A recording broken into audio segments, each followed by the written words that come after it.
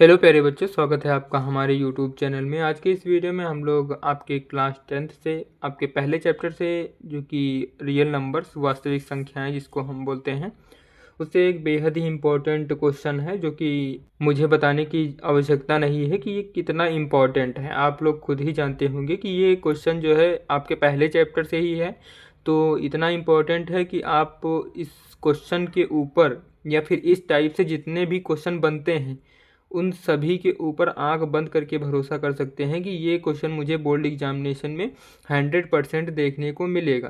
तो ये क्वेश्चन जो है और इस टाइप से यहाँ पर आपको नंबर चेंज मिल सकता है।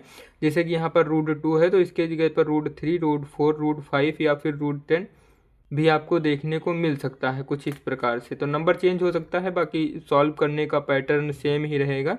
तो आप इस क्वेश्चन को सीख कर बाकी जितने भी प्रकार के इस प्रकार के क्वेश्चंस बनने वाले होते हैं उन सभी को आप इजीली सॉल्व कर सकते हैं। तो बिना किसी देरी के हम लोग बढ़ते हैं अपने क्वेश्चन की तरफ और इसको सॉल्व करते हैं। इससे पहले मैं आपसे छोटी सी रिक्वेस्ट करना चाहूँगा, यदि आप हमारे चैनल पर नए हैं तो चैनल को सब्सक्राइब कर लीजिए और इस वीडियो को ज़्यादा से ज़्यादा अपने फ्रेंड्स में भी शेयर करिए ताकि ज़्यादा से ज़्यादा ये वीडियो उनके ज़्यादा से ज़्यादा बच्चों के पास पहुंच सके और वो भी इस क्वेश्चन को सीख कर अपने बोर्ड एग्जामिनेशन में अपने मार्क्स को इम्प्रूव कर सकें और अपने जीवन में एक बहुत ही अच्छी मुकाम तक पहुंच सकें। और अगर आपको इस क्वेश्चन में कुछ भी नहीं समझ में आता है, कोई भी स्टेप, तो प्लीज़ आप कमेंट बॉक्स में बताइएगा, मैं इसको सॉल्व करने की पूरी कोशिश करूँगा। तो चलते हैं हम लोग क्वेश्चन की तरफ बढ़ते हैं और इसको स्टेप बाय स्टेप सीखते हैं। सबसे पहले आप देख सकते हैं हमको क्वेश्चन में दिया गया है, दर्शाइए कि √2 एक अपरिमेय संख्या है। तो ये छोटा क्वेश्चन है लेकिन इसका सोल्यूशन थोड़ा बड़ा होगा, तो आप अपने मेरे साथ कॉपी पेन लेकर बैठिएगा। अगर आप मेरे साथ नहीं नोट कर पा रहे हैं तो पहले आप एक बार वीडियो को पूरा देख लीजिए, उसके बाद आप रिवाइज करते हुए मेरे साथ साथ क्वेश्चन का सोल्यूशन इसका इजीली अपनी कॉपी में नोट कर सकते हैं। तो चलते हैं हम लोग क्वेश्चन की तरफ बढ़ते हैं। ये जो है बेहद ही इंपॉर्टेंट क्वेश्चन है, ये आपका 5 नंबर में पूछा जाता है या फिर 3 नंबर में भी ये क्वेश्चन पूछा जा सकता है। तो बहुत ही इंपॉर्टेंट क्वेश्चन है, आप इसको अच्छे से सॉल्व करिएगा। इजीली इसका सोल्यूशन आपके माइंड में सेट हो जाएगा क्योंकि मैं ज़्यादा लेंथी इसका सोल्यूशन नहीं बताऊंगा। तो चलते हम लोग क्वेश्चन की तरफ बढ़ते हैं और इसको सॉल्व करते हैं। सॉल्व करने के लिए मैं जो भी लैंग्वेज यहाँ पर यूज़ करूँगा वो एकदम आपके बोर्ड एग्जामिनेशन में लिखने वाली होगी। तो आप ये मत सोचिएगा कि ये लैंग्वेज थोड़ा डिफ़िकल्ट है। तो अगर आप इस लैंग्वेज में ही अपने बोर्ड एग्जामिनेशन में सोल्यूशन इसका करेंगे तो आपको बहुत ही अच्छे अंक प्राप्त करने की संभावना रहेगी। तो चलते हम लोग इसको सॉल्व करते हैं। सबसे पहले सॉल्व करने से पहले आप यहाँ पर लिखेंगे सोल्यूशन, तो यहाँ पर ये इसका हो जाएगा सोल्यूशन। यहाँ पर हम लोगों ने लिख दिया है। अब यहाँ पर क्वेश्चन में दिया गया है, दर्शाइए कि √2 एक अपरिमेय संख्या है। तो हम लोग इसका विरोधाभास लेकर चलते हैं कि हम लोग मान लेंगे कि माना √2 एक परिमेय संख्या है, क्योंकि ये यहाँ पर हमको प्रूव करना है कि ये अपरिमेय संख्या है। तो इसको सॉल्व करने के लिए हम क्या करेंगे, इसका विरोधाभास लेंगे कि हम लोग मान लेंगे कि √2 एक अपरिमेय संख्या है। तो हम यहाँ पर लिखेंगे माना √2 एक परिमेय संख्या है, इसका विरोधाभास करेंगे, परिमेय संख्या है। जब ये परिमेय संख्या होगी तो हम लोग जानते हैं कि जब परिमेय संख्याएं होती हैं उनको हम P/Q के रूप में लिख सकते हैं। तो हम इसको इस प्रकार लिख सकते हैं, क्या लिख सकते हैं कि जो √2 है इसको हम लिख सकते हैं, √2 को हम लोग P/Q के रूप में लिख सकते हैं। अब यहाँ पर अगर हम Q को देखें तो ये P/Q, अगर यहाँ पर हम Q को 0 कर देते हैं तो ये पूरा ही टर्म इनफाइनाइट हो जाएगा। तो इससे हमें जो है इसका सोल्यूशन इजीली फाउंड नहीं होगा। तो हम लोग यहाँ पर लिख सकते हैं कि Q is not equal to 0, जहाँ पर P व Q जो होंगे वो सहअभाज्य हैं, सहअभाज्य हैं।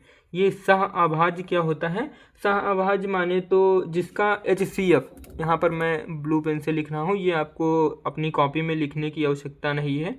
जो सहअभाज्य का मतलब है जिसका HCF यानी जो मासा वो 1 हो, या फिर हम कह सकते हैं जिनमें कुछ भी कॉमन ना आए, यानी कहने का मतलब है कि अगर आप देख सकते हैं, अगर हम 15 और 16 को लें, यहाँ पर 15 और 16 ले रहे हैं तो इसका फैक्टर क्या होंगे 3 इंटू में 5 और 16 के क्या फैक्टर होंगे 2 इंटू में 2 इंटू में 2 इंटू में 2। आप देख सकते हैं यहाँ पर इन दोनों में कुछ भी कॉमन नहीं आ रहा है, यानी जिनका HCF 1 हो उनको हम सह-अभाज्य कह सकते हैं।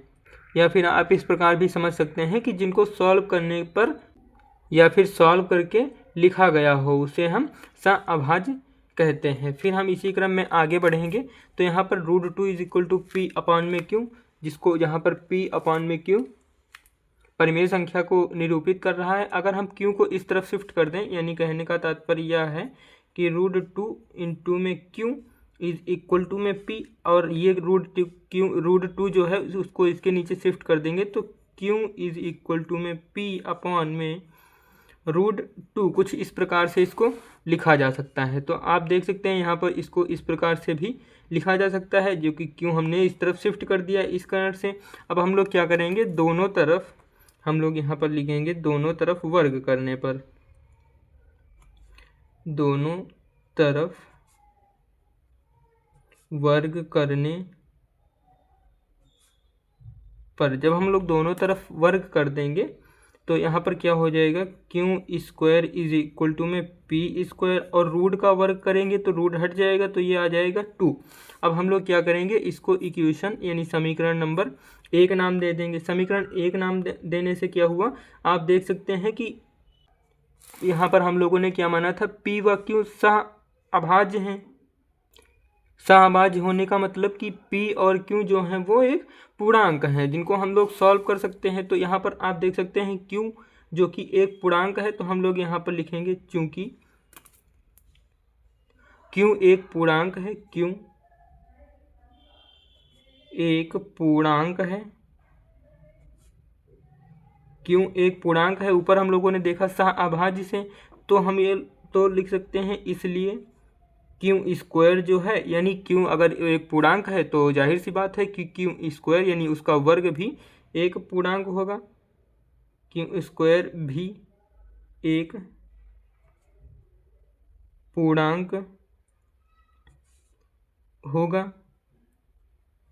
अब जब क्यू एक पूर्णांक है और क्यू स्क्वायर भी एक पूर्णांक है, तो आप देख सकते हैं Q square is equal to P square upon में 2, यानी पी स्क्वायर अपॉन में 2 भी इसीलिए पूर्णांक होगा क्योंकि क्यू स्क्वायर पूर्णांक है। तो हम लोग लिख सकते हैं यहाँ पर इसलिए पी स्क्वायर अपॉन में 2 भी पूर्णांक होगा, भी पूर्णांक होगा। आप सभी स्टेप्स को समझते चलिएगा, भले ही आपको एक बार में समझ में नहीं आएगा, लेकिन आप दोबारा जब रिवाइज करेंगे तो आपको अच्छे से समझ में आ जाएगा। अब देख सकते हैं यहाँ पर हम लोगों ने लिखा इसलिए पी स्क्वायर अपॉन 2 भी पूर्णांक होगा। तो जो पी स्क्वायर है वो 2 से भाज्य होगा। अगर पी स्क्वायर मान के चलते हैं हम लोग, यहाँ पर आप देख लीजिए, ये आपको लिखना नहीं है अपनी फेयर कॉपी में, यहाँ पर पी स्क्वायर है। अगर हम यहाँ पर 4 का स्क्वायर करें और उसको 2 से डिवाइड करें तो ये क्या आ जाएगा, 4 से कुछ 16 बटे में 2, यानी 2 से अगर इसको कैंसिल करें तो कितना आ रहा है 8 आ रहा है, यानी ये 2 से भाज्य है। क्या 4 का स्क्वायर जो है 2 से भाज्य है। तो हम यहाँ पर वही लिख रहे हैं कि अगर ये पूर्णांक है पी स्क्वायर अपॉन में 2 एक भी पूर्णांक होगा, तब इसको हम इस प्रकार लिख सकते हैं कि पी स्क्वायर जो है वो 2 से भाज्य होगा, भाज्य है। ये पी स्क्वायर 2 से भाज्य है। अब हम अगर इसका वर्ग हटा दें, यानी कहने का मतलब ये है कि अगर ये 4 का स्क्वायर था तब ये 16 इससे भाज्य हुआ। अगर हम यहाँ पर 4/2 करें तब भी तो ये इससे भाज्य होगा, ये 2 बार में जाएगा। तो यहाँ पर कहने का मतलब यह है कि इसलिए P 2 से भाज्य है, P भी 2 से भाज्य है, यानी इसका वर्ग जो है वो 2 से भाज्य है, तो P भी 2 से भाज्य होगा, जो कि हम लोगों ने पढ़ रखा था वह प्रमेय जो इसी चैप्टर में दी गई है 1.3 में। तो P 2 से भाज्य है, तो हम लोग इसको मान सकते हैं कि माना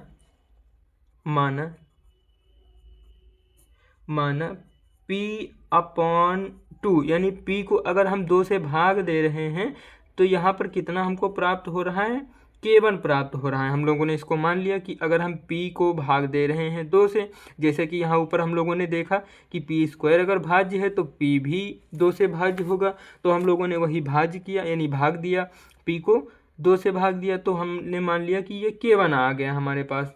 तो हम इसको लिख सकते हैं कि जहाँ पर k1 क्या है, जहाँ k1 एक पूर्णांक है, क्योंकि अगर आप देख सकते हैं हम लोगों ने स्क्वायर को भाग दिया तब भी हमको एक पूर्ण अंक मिला, और हम लोगों ने सिंपल स्क्वायर हटा के भाग दिया तब भी हमको एक पूर्ण अंक मिला। तो यहाँ पर k1 भी जो होगा वो एक पूर्णांक होगा, जो कि एक पूर्णांक है या फिर होगा। आप इस प्रकार इसको लिख सकते हैं। अगर हम इसको p को अकेला कर दें, इस 2 को k के साथ शिफ्ट कर दें, तो ये कुछ इस प्रकार हो जाएगा, p इज इक्वल टू में 2 k1 हो जाएगा, जिसको हम लोग समीकरण 2 मान सकते हैं। समीकरण 2 मान लेंगे तो आप देख सकते हैं यहाँ पर p की वैल्यू हमको पता चल गई 2k1, तो हम इस p की वैल्यू को समीकरण 1 में रख सकते हैं। समीकरण 1 में रखने से क्या होगा, चलिए आगे देखते हैं। समीकरण 1 में जब हम लोग रख देंगे इसको, तो हम लोग यहाँ पर लिखेंगे कि p का मान समीकरण 1 में रखने पर, जब हम लोगों ने समीकरण 1 में रखा, पहले हम लोग समीकरण 1 नोट डाउन करते हैं। तो ये समीकरण 1 है, q² इज इक्वल टू में p² अपॉन में 2। अब यहाँ पर p की वैल्यू यहाँ पर पुटअप कर देंगे तो ये हो जाएगी q² इज इक्वल टू यहाँ पर 2k1 का होल ऑफ स्क्वायर अपॉन में 2 हो जाएगा। अब हम लोग इसको सॉल्व करते हैं तो ये q² इज इक्वल टू में आप देख सकते हैं 2 का कितना हो जाएगा स्क्वायर 4, और k1 का हो जाएगा स्क्वायर अपॉन में 2। आप 2 से आप काटेंगे, 2 एक अन्नम 2, और ये 2 दूना 4 हो जाएगा। तो यहाँ पर कितना बचा, q² इज इक्वल टू में 2k1। अब यहाँ से अगर आप k1 की वैल्यू को फाइंड आउट करें, यहाँ पर सॉरी k1 का स्क्वायर हो जाएगा क्योंकि एक स्क्वायर छूट गया था। अगर k1 की वैल्यू आप निकालना चाहें, k1 स्क्वायर की वैल्यू आप निकालना चाहें तो इस 2 को यहाँ पर आप शिफ्ट कर सकते हैं। तो हम इसको लिख सकते हैं k1 का square is equal to q² upon में 2। ये कुछ इस प्रकार से हो गया। इससे हमें क्या प्राप्त हुआ कि हम लोगों ने देखा था पहले, अभी यहाँ पर क्या देखा था, जहाँ k1 एक पूर्णांक है, चूंकि k1 एक पूर्णांक था तो इसका k1 का वर्ग भी एक पूर्णांक होगा, जैसे कि हम लोगों ने ऊपर देखा था अभी। तो आप इसको इस प्रकार से कुछ लिख सकते हैं। मैं अगले पेज पे यहाँ पे आपको बता रहा हूँ, आप इस पे समझिएगा। यहाँ पर हम लोग क्या लिख सकते हैं कि हम लोगों ने ऊपर अभी इसको k1 को क्या माना था कि k1 एक पूर्णांक है, तो हम लोग लिखेंगे चूंकि k1 एक पूर्णांक है, क्योंकि यहाँ पे k1 एक पूर्णांक है, इसलिए k1 का वर्ग भी पूर्णांक होगा,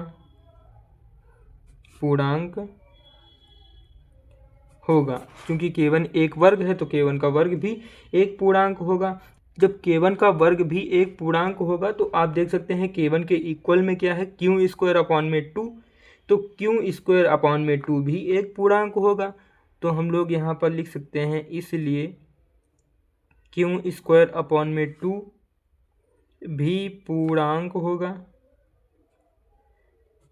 पूर्णांक होगा। आप इसको ज़्यादा माइंड ना लीजिएगा, अगर आपको समझ में नहीं आ रहा है ज़रा सा भी, आप इसको 2-3 बार प्रैक्टिस करिएगा, आपके माइंड में सेट हो जाएगा। मैं आपको दावे के साथ कह रहा हूँ कि तो यहाँ पर इसलिए q² अपॉन 2 भी पूर्णांक होगा। जब q² 2 भी पूर्णांक होगा तो हम लोगों ने पहले में क्या देखा था, जब हम लोगों ने वर्ग किया था, यहाँ पर आप देख लीजिए, यहाँ पर हम लोगों ने वर्ग किया था तो यहाँ पर क्या देखा था, p² 2 भी पूर्णांक होगा, तब p² जो है वो 2 से भाज्य होगा। वही हम सेम स्टेप यहाँ पर भी करने वाले हैं कि q² जो है, इसलिए q² जो है वो 2 से भाज्य होगा, 2 से भाज्य होगा। अब जब क्यों स्क्वायर भाज्य होगा तो क्यों भी 2 से भाज्य होगा। तो हम लोग लिख सकते हैं इसलिए क्यों 2 से भाज्य होगा, क्यों भी 2 से भाज्य होगा। यहाँ पर ये इतनी लैंग्वेज हो गई। जैसे हम लोगों ने किया था क्यों भी 2 से भाज्य होगा, तो सेम स्टेप आपने यहाँ पर मान लिया था कि माना P/2 is equal to K1 है। तो इसी प्रकार से हम मान सकते हैं कि Q/2 इज इक्वल टू में K2 है। मानने में क्या जाता है, हम तो मानने वाले हैं ही हैं, मैथ वाले स्टूडेंट्स। तो आप तुरंत ही इसको मान सकते हैं। आप क्या मान सकते हैं कि मान लिया हमने भाई, मान लिया, क्या माना कि Q/2 जो है इसको जब हम भाग दे रहे हैं, जैसे कि हमने अभी आपको बताया था कि ये पूर्णांक है P/Q। तो यहाँ पर मैं आपको बता रहा हूँ फिर से एक बार वही एग्जाम्पल, 4 का वर्ग अपान में 2 बराबर में कितना आया, 16। अब इसको हम लोगों ने भाग दिया तो कितना आ गया, 8 आ गया। अगर हम लोगों ने इसका वर्ग हटा दिया तब भी हम लोगों ने इसको भाग दिया तो यहाँ पर कितना आया, 2 आया। तो यहाँ पर 2 आया, जो कि 8 भी पूर्णांक है और 2 भी पूर्णांक है। तो यहाँ पर वही मैं बोल रहा हूँ कि Q/2 से जब हम लोग भाग दे रहे हैं तो यहाँ पर कितना आ रहा है, K2 आ रहा है, जो कि हम लोग लिख सकते हैं कि K2 एक पूर्णांक है। K2 एक पूर्णांक है, कुछ इस प्रकार जैसा कि हम लोगों ने पहले कर चुके हैं यही स्टेप्स। तो जब K2 एक पूर्णांक है तो आप देख सकते हैं कि Q इज इक्वल टू में 2K2 आ गया हमारे पास। अब आप लोगों ने एक गौर किया होगा कि मैं इस तरफ दिख रहा हूँ। जब हम लोगों ने P को सॉल्व करके क्या फाइंड आउट किया था, P को जब सॉल्व किया था तो ये आया था 2K1, और जब हम लोगों ने Q को सॉल्व किया तो ये आया 2K2। जहाँ पर आप देख सकते हैं कि यहाँ पर जो 2 जो है वो उभयनिष्ठ है, यानी जो 2 है वो दोनों में है, उभयनिष्ठ गुणन है, जो कि K1 और K2 का उभयनिष्ठ गुणन है। तो हम लोग यहाँ पर लिख सकते हैं समीकरण 1 और 2 की मदद से, समीकरण 2 और 4 की मदद से। समीकरण 2 क्या है आप देख सकते हैं, समीकरण 2 दी गई है P is equal to 2K1, और समीकरण 4 हम लोग इसको मान लेंगे, ये जो है इसको समीकरण 4 मान लेंगे। समीकरण 3 हम लोग इसको भी मान लेंगे, क्योंकि ये समीकरण 3 आपकी बन जाएगी। इसको हम लोग समीकरण 3 मानेंगे, ये आपकी समीकरण 1, 2, 3 और ये आपकी समीकरण 4 हो जाएगी। तो समीकरण 2 और 4 से हम लोग लिख सकते हैं, समीकरण 2 और 4 से स्पष्ट है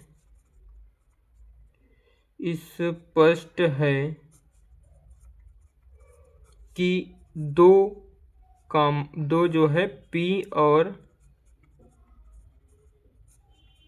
Q का उभयनिष्ठ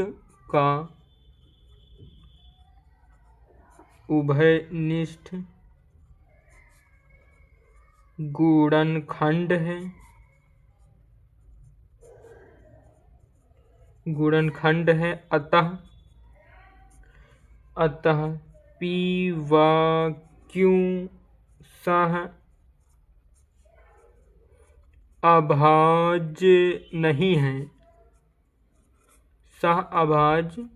नहीं है, जो कि हमारी पूर्व कल्पना, यहाँ पर आप लिखेंगे जो कि